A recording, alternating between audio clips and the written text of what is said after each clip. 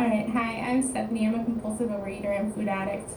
I'm gonna share a quick picture just to kind of show where I started and where I am now. Let's see. So, I don't know, can you guys see my screen? Yeah? This was me in 2023, holding my nephew, 2024 in Times Square, and then this is me this year in 2025. So I started off 252 pounds. I'm down around 75 now. Let me see. Okay. Well, that's just high level, right? That's not the important part. That's what I love about this program is that the important part is the spiritual recovery and the physical recovery and the emotional recovery, because it's so much more than just the weight or the number or anything else. So I didn't come to OA because I wanted to, but now that I'm here, I know that I need to be here. In fact, the first time I was invited to OA was in 2015 by a close friend. We were at a coffee shop and she was like, hey, have you thought of, coming to Overeaters Anonymous? She told me how she had gotten involved and into it, and I was like, no, that's okay. That's not my problem. Like I didn't think that was my problem. You'll come to find that it was very much my problem. So years later, we're still friends. 2022, 2023, she asked me the question again. This time I feel a lot more desperate. This time I'm like, I maybe I'll try it. So I go. I don't remember that meeting because I think I cried a lot of it. Like I cried like the first few meetings, the first few months of meetings, like plenty. Like every time I'd share, which I'm a free and outgoing person when it comes to sharing, I would just cry. Like it was really hard. Because I had realized that I was overwhelmed with the realization that I was powerless over food, that I couldn't do it alone, and that there was an actual solution. For once in my life, I had found a room where people understood and got it. So a little bit about me, I don't remember a lot of my childhood, and a lot of my memory tends to be fragmented, I think just because of trauma I've been through. I don't recall being an overeater as a child. Like I remember my parents sitting me at a table and saying, you eat everything on your table, and me sitting there stubbornly for 2 hours while I refused to eat peas. It wasn't until my mom died when I was 12 after a 2-year battle with cancer. My closest person, my protector, my safety net, my mediator, she was gone. She was no longer there, and I was devastated. And my dad, the codependent person he was, quickly found a relationship. We were moved in with this woman, and she emotionally ate. And she introduced me to emotional eating. And she started pushing baked sweets in my direction, and I was like, oh, this is how you numb the emotions. It was terrible. It was the beginning of a long battle with weight and not feeling comfortable in my own skin, and just an up and down of everything, and learning that I had to stuff my emotions with food, whether it was good, bad, or otherwise. That's what I would do. And I went back to my childhood home after his relationship fell apart, and things just got worse. My dad's friend moved in. He sexually abused me, and my dad was physically abusing me because he didn't know really how to parent without my mom, and I got put in foster care.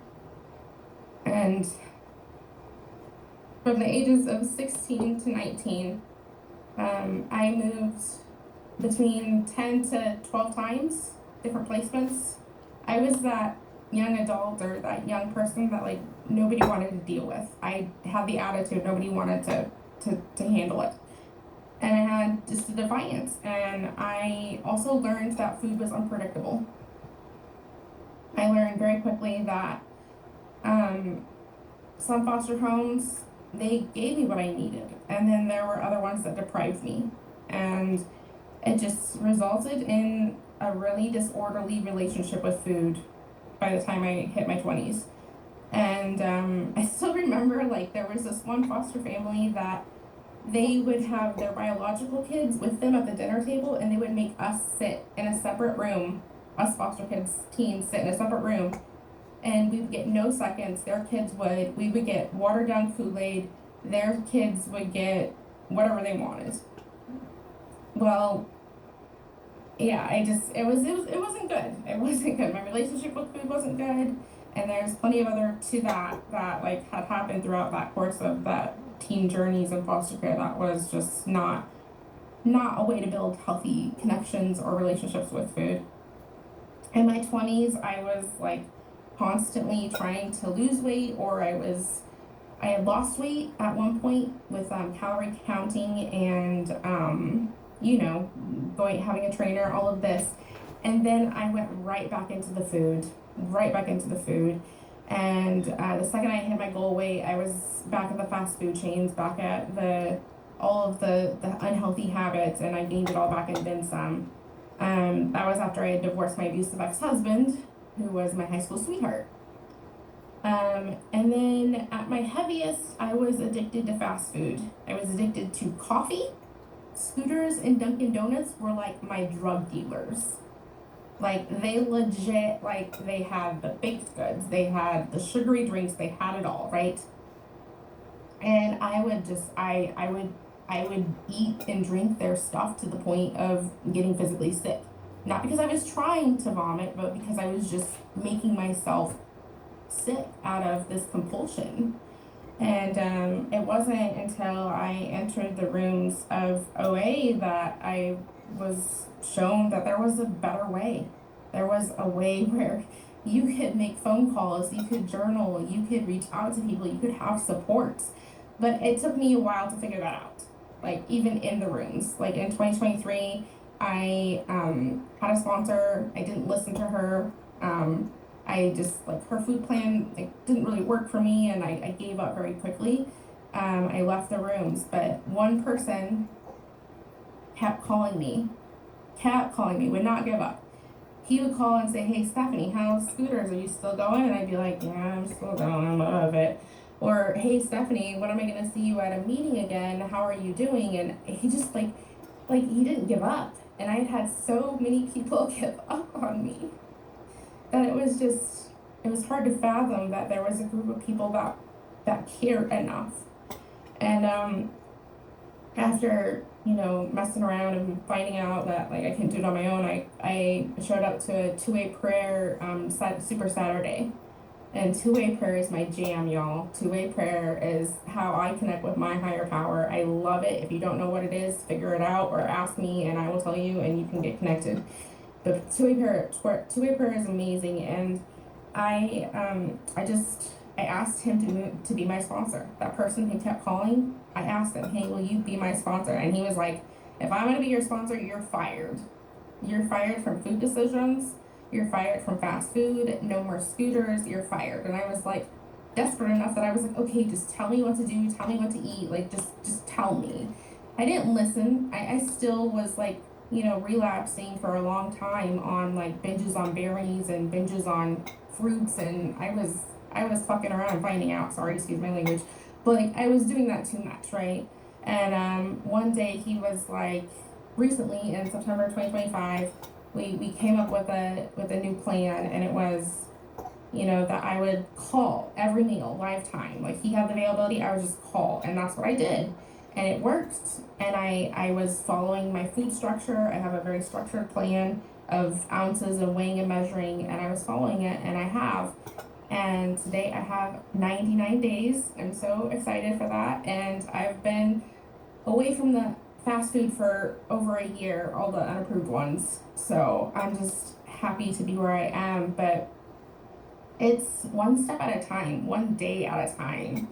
And I remember the first time I wanted to binge, like, in that sobriety period. I texted and I was like, "What do I do?" call two people, go to a meeting. I did. And then like I started to form a habit of calling people. And I knew I had a breakthrough the day that I got broken up with by a boyfriend. And I didn't go straight for the sugar. I didn't go to Dairy Queen and get in line. I didn't go to Scooters. I didn't go like for the fridge. I went for my phone. I went for my phone and I went for support. And I called like people in OA. I reached out and called a couple other friends, and and it was like, oh my gosh, I'm finally free. My compulsion was like removed, as they say. Like I couldn't believe it. Like I couldn't believe it. And it's not perfect. Like it's nowhere near perfect, and it won't be for, you know, a while. But like I'm changing the course of where I've been and where I'm going to be going in a better direction. And it's because of my higher power, it's because of my sponsor, it's because of these rooms, it's because of my willingness to just surrender it. Like I had to surrender the control of the food, and I had to surrender the idea that I could just binge and then ask for forgiveness. Like that's not how it's meant to be. That's not how you get abstinent. That's not how you get sober. And it was really hard. It has been hard. Like I called my sponsor the other day crying over kind of something silly now in retrospect. But he was like, wait a second. We're not going to call 2025 a hard, crappy year because you've had, you know, X, Y, and Z bad things happen. We're going to look at the fact that you are fully living in your life now, and you're not in the food. For the first time in your adult life, you aren't eating your emotions, you're feeling them. And that's worth celebrating. And I was like, oh, he's right. Like he is absolutely right, and I couldn't believe it. Um, so yeah, it's one day at a time, and I'm trying to get a little deeper into the step work now. I was stuck on step 4 for the longest time because that's just really hard. And if you want to talk about someone who can carry resentments, your girl right here. So I'm learning to let those go, and I'm learning to give them to God, and to just that I need to move on to the other steps, and that's what we're doing. So I'm trying to think. I had this whole thing written out, and then like my sponsor encouraged me and was like, just speak from your heart. So I glance a little bit here and there, but like I'm trying to speak from my heart. And I am so thankful to have met people in this room virtually and in these rooms in person and in conferences. And I've tried Weight Watchers more times than I can count. And you know how many times they helped? 0. I've tried Isogenics. You know what that did? Nothing. Maybe a few pounds, but did it stay off? No, because it's not just physical, it's spiritual and it's emotional. And if you're here and you don't know what that means, find a sponsor or find someone to connect with, because there's people in this room I know for a fact that want to help you. So I think I'll pause there. Thank you.